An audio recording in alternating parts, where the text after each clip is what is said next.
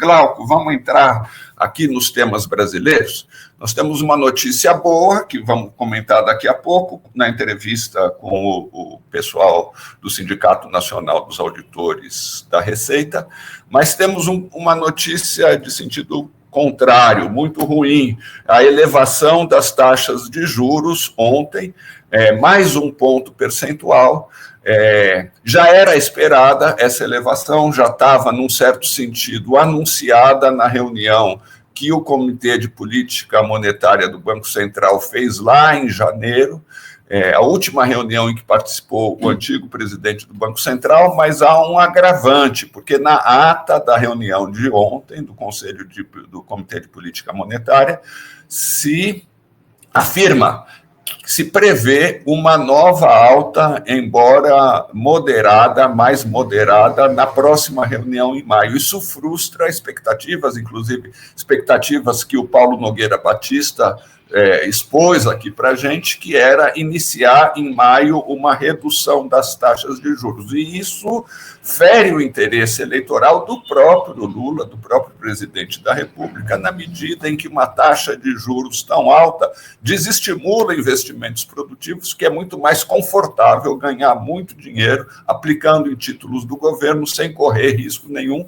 do que fazer todo o movimento necessário para criar empreendimentos produtivos. E o curioso e o contraditório é que essa medida que prejudica o interesse eleitoral da presidência da República, do presidente da República, foi adotada por um Conselho de Política Monetária que, diferente do início do mandato, é composto quase exclusivamente por pessoas que o próprio Lula indicou. Isso dá um pouco a ideia da perda de autonomia da presidência da República na configuração institucional do Brasil de hoje e na presença massacrante do capital financeiro, do capital rentista nas instituições do Brasil. Tem uma imagem que simboliza um pouco isso, é a confraternização do ministro da Fazenda com os banqueiros no almoço de Natal da FEBRABAN do ano passado. Mas, além de falar que é negativo, Glauco, nós vamos tentar examinar aqui um pouquinho o sentido dessa alta de juros nas relações de riqueza e de renda e na regressão do Brasil. Vamos tentar fazer uma coisa meio old school, de relacionar a alta dos juros com a luta de classes, digamos assim. Primeiro aspecto, né?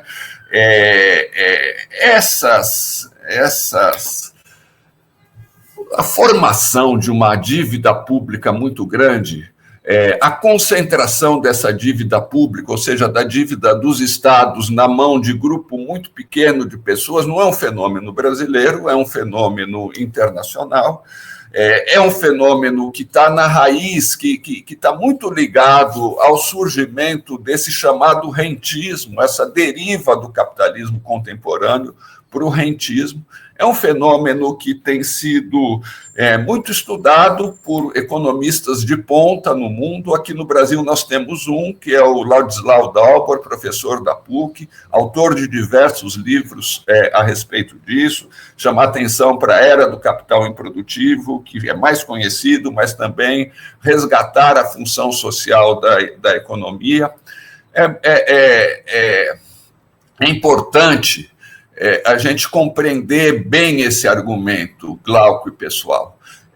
Não significa que a riqueza dos países e das classes sociais esteja sendo gerada na esfera financeira. A esfera financeira como diz o argumento, ela é improdutiva, mas significa que a captura da riqueza social, a captura do trabalho humano, ela deixou de ser feita exclusivamente e deixou de ser feita principalmente na esfera da produção, na mais-valia tradicional. Existem outros mecanismos hoje por meio dos quais os capitalistas e os capitalistas mais envolvidos com o rentismo, que são quase todos os grandes capitalistas, capturem a riqueza coletiva. E um desses mecanismos muito importantes é a dívida, e é o pagamento de juros sobre a dívida. E nós vamos... Mas é preciso examinar, mas há também a particularidade brasileira nesse caso.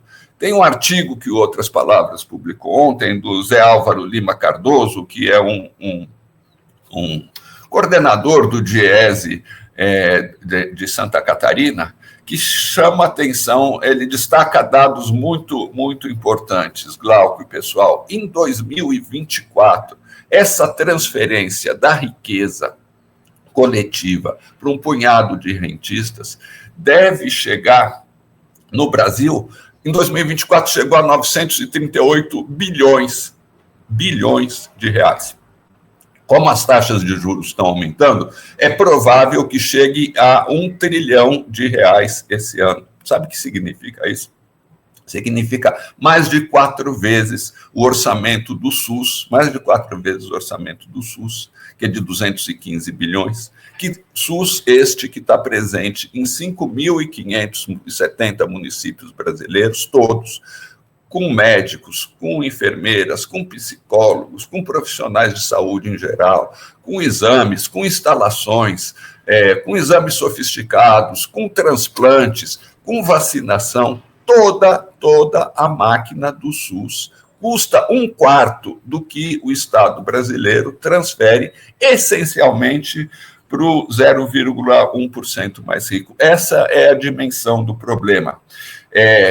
O Zé Álvaro chama atenção para outros fatos que desmentem essa ideia de que o Banco Central tem que elevar os juros, senão os credores da dívida pública vão parar de aplicar nos títulos públicos. Uma hora a gente discute em mais profundidade como é absurdo esse argumento.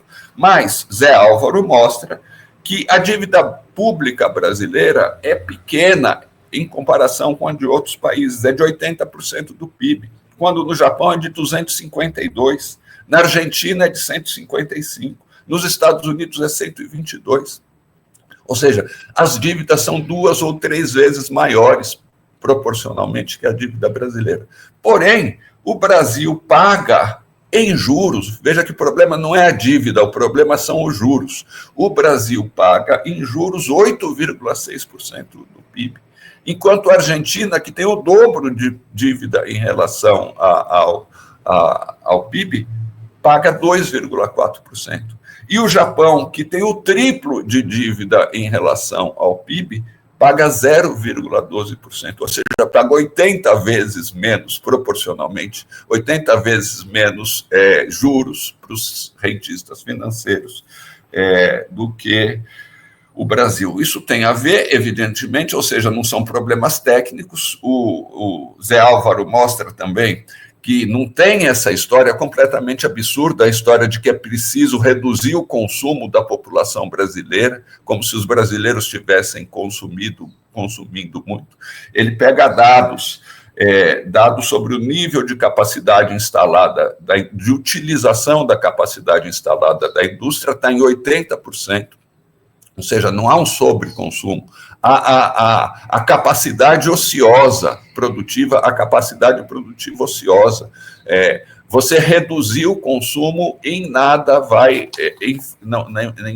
enfrentar as causas essenciais da inflação, que são completamente outras. Agora, um outro aspecto, Glauco, e aí a gente vai caminhando para o fim e para uma hipótese aqui provocadora, um outro aspecto é a persistência das taxas de juros brasileiras, porque essas taxas de juros são, há 40 anos, as taxas de juros mais altas do planeta. Aqui, infelizmente, não dá para a gente ver o gráfico, mas o gráfico mostra que as taxas de juros reais do Brasil são, em geral, 3 ou 4 vezes maiores do que as taxas da grande maioria dos países. E elas têm sido assim sistematicamente. Então, o Copom foi criado em 96. Antes eram outros órgãos. Desde a criação do Copom, a taxa média de juros no Brasil é 13,83%, ou seja, muito parecida com a taxa que entrou em vigor a partir de hoje, enquanto as taxas, digamos assim, medianas, na grande maioria dos países, são de 3%, 2%, 4%. o que dá uma taxa de juro real muito próxima a 0%, 1%, 2%. No Brasil, é 9%. Sabe o que significa 9% de taxa de juros reais? Significa que se você deitar numa rede, vender uma casa, deitar numa rede, vender uma casa, aplicar o dinheiro nos títulos do Tesouro Direto, deitar numa rede, depois de 9 anos, essa casa virou 2. Como é que essa casa virou 2 se você estava deitado numa rede? Significa que a riqueza necessária para multiplicar essa casa por 2, sem que você botasse um prego no sabão, como se diria antigamente, veio do conjunto da sociedade, foi capturada do conjunto da sociedade. É muito interessante, só para terminar, que isso coincide, esse período de taxas de juros mais altas do planeta, coincide com o período de desindustrialização aguda do Brasil. Nós temos agora, essa aí mostrando que isso provoca o surgimento de bilionários enquanto o país está regredindo, mas temos uma matéria da Economist de 2 anos atrás, que mostra nenhum outro país viu a sua base manufatureira, ou seja, industrial, desaparecer tão rápido. É um fenômeno internacional. A regressão produtiva do Brasil, a desindustrialização do Brasil. Hipótese provocadora tem a ver com um fenômeno que a gente vai analisar aqui em outros programas, que é o suicídio da burguesia industrial brasileira enquanto classe. O Brasil tinha a indústria mais desenvolvida dos países do terceiro mundo até a década de 80. Isso foi alcançado por políticas industriais que vêm dos anos 30, que se intensificam nos anos 50, que continuam, inclusive, com a ditadura militar e com o milagre brasileiro, mas que levam a um fenômeno sociopolítico de enorme importância, a formação de uma classe operária e de uma classe assalariada, em geral, muito jovem, muito concentrada, muito potente. Ela é que põe fim à ditadura, ela é que alcança, no período que vai, digamos assim, de 75 a 88, ela que produz um enorme ascenso de lutas sociais, desemboca na Constituição, e aí a burguesia industrial brasileira teme esse processo,